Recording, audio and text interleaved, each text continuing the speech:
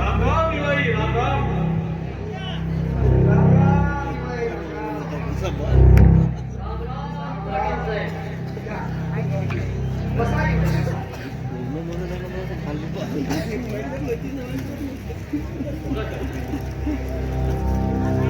पाणी पिता का पाणी?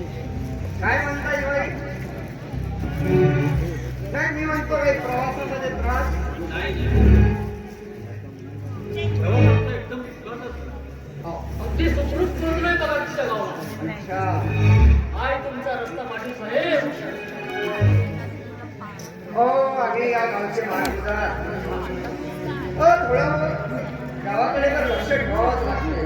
तो आमचा कर्तव्यच आहे. बघा किती चांगल्या विचाराचे आहे तुमची निवड. हो बरोबर चांगलं महान व्यक्ती आहे. हो दिवाळी आणि आम्ही बालपणाचे मित्र.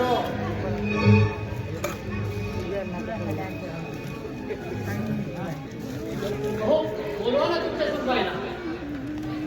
हो बेटा बेटा किरण अगं चहा घेऊन ये मग पाहुणे आले.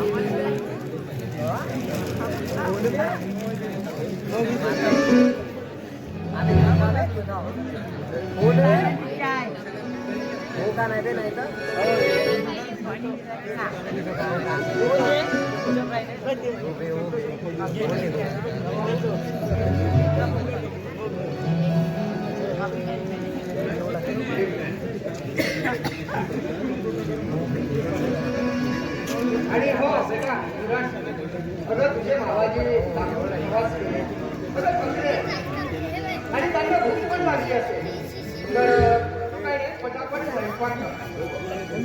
आम्ही जाऊ गप्पा गोष्टी करतो. हे पण स्वयंपाक सुरू करू. अरे आवाज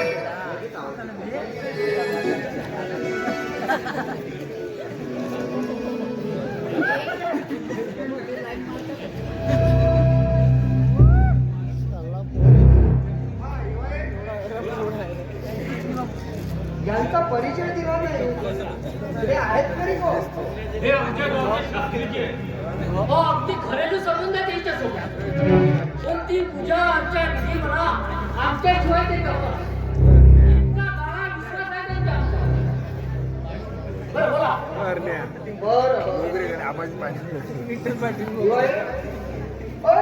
सोबत आणलाय फरक आहे. कारण प्रवासामध्ये एक सोबती हवाच आहे. बोला स्वयंपाकाचा बघा साहेब. हो पोटाला भूक लागली तेवढ्या लांबून आलोय. बाबा बोला घेऊन आला. बाबा स्वयंपाक तयार झालाय. मी ताक पण बनवलेला आहे. तुम्ही पाहुण्यांना घेऊन ये ना. मी डायनिंग टेबलवर वाढलेलं आहे जेवण. अगं आपल्या मुलीला स्वयंपाक तयार केला. आता जेवण करूया. चला या. जेवण जाऊ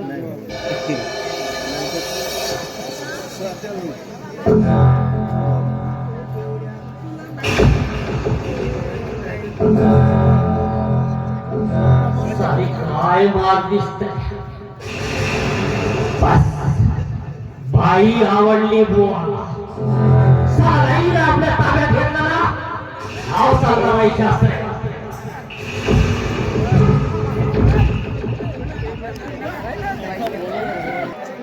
बाबुले फक्त जेवण बटन साला काय बटन बटन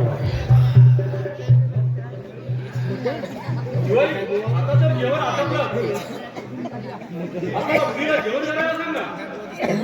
आणि लवकर तयारीला सुरुवात करा. आपल्याला उशीर होतोय माधवराव. ठीक आहे.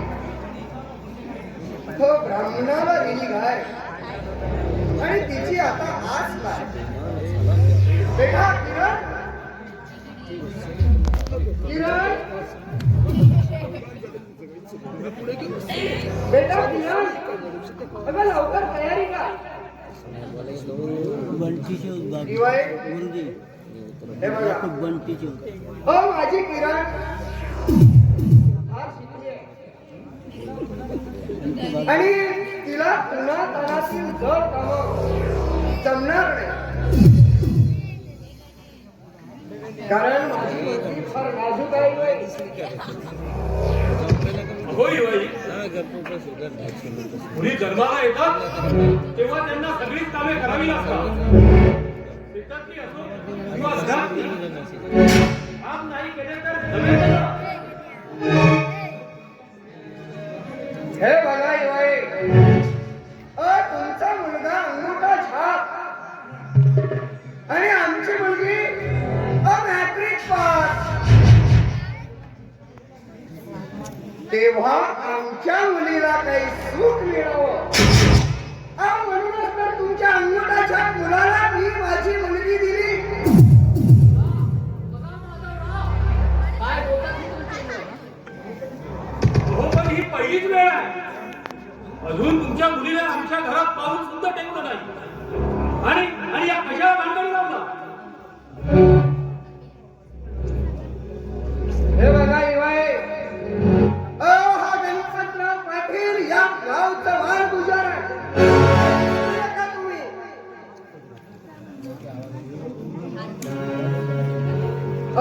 तुमच्या मुलाला मुलगी देणं म्हणजे भिकाऱ्या मुलं भीक मागण्यासारखाच.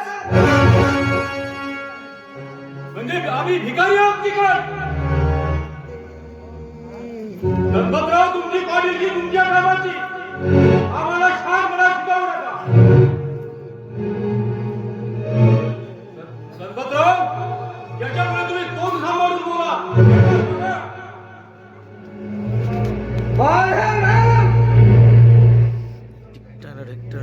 जास्त बोलाल तर पुढचे राज करते. प्रत्यक्ष तुमचा युवाई तुमचा अपमान करतो या घरात.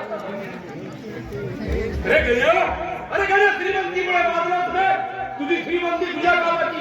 या माधव बाबाला हे माधवरावला श्रीमंतीचा हात दाखवला.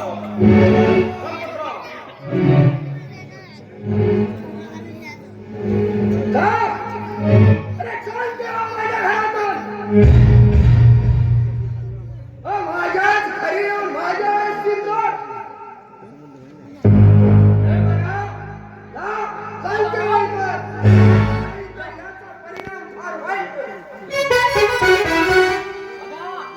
बघा माधवराव, प्रत्यक्ष तुमचा अपमान होतो या घरात. चला नको शास्त्रीजी पाहून घेईल या गणपतरावला. डमरूवाला होता तो डिप्टांगवाला. काय सांगतो?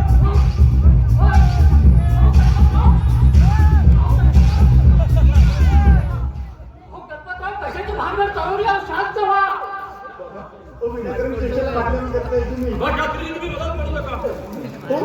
होते माझे मामाजी आणि तुमचे सासरे काय विचारताय तुम्ही? नाही बाबा मुलीचं जीवन मुख्य काही सारखं आहे बाबा. आम्हाला एक दिवस रात्री जावंच लागते बाबा. रात्री जावंच लागते.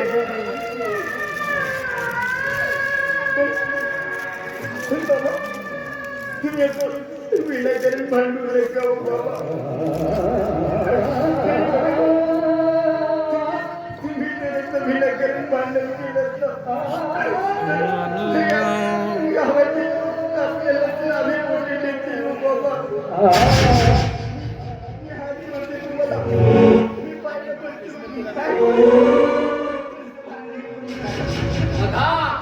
बघा गणपतराव, तुमच्या मुलीकडून काहीतरी शिका आणि शांत व्हा. पोरी कशी लढून असते. शेवटी तुम्ही मामाजीची समजून घ्याला. माझ्या बाबांना समजावते. बघा मी तुझ्या सासऱ्याला समजून सांगण्याचा प्रयत्न करतोय, पण तू आपल्या वडिलांची समजून घ्या. मी समजवते माझ्या वडिलांना.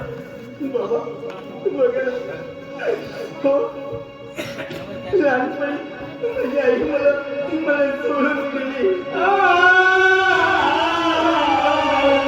तुम्ही मला आईचं प्रेम दिलं. काही लहानपणी यांच्या मुलासोबत माझं लग्न लावून दिलं तू बाबा. आज रात्री झाल्याची वेळ आली तर तुम्ही त्यांच्या सोबतच भांडण करता बाबा.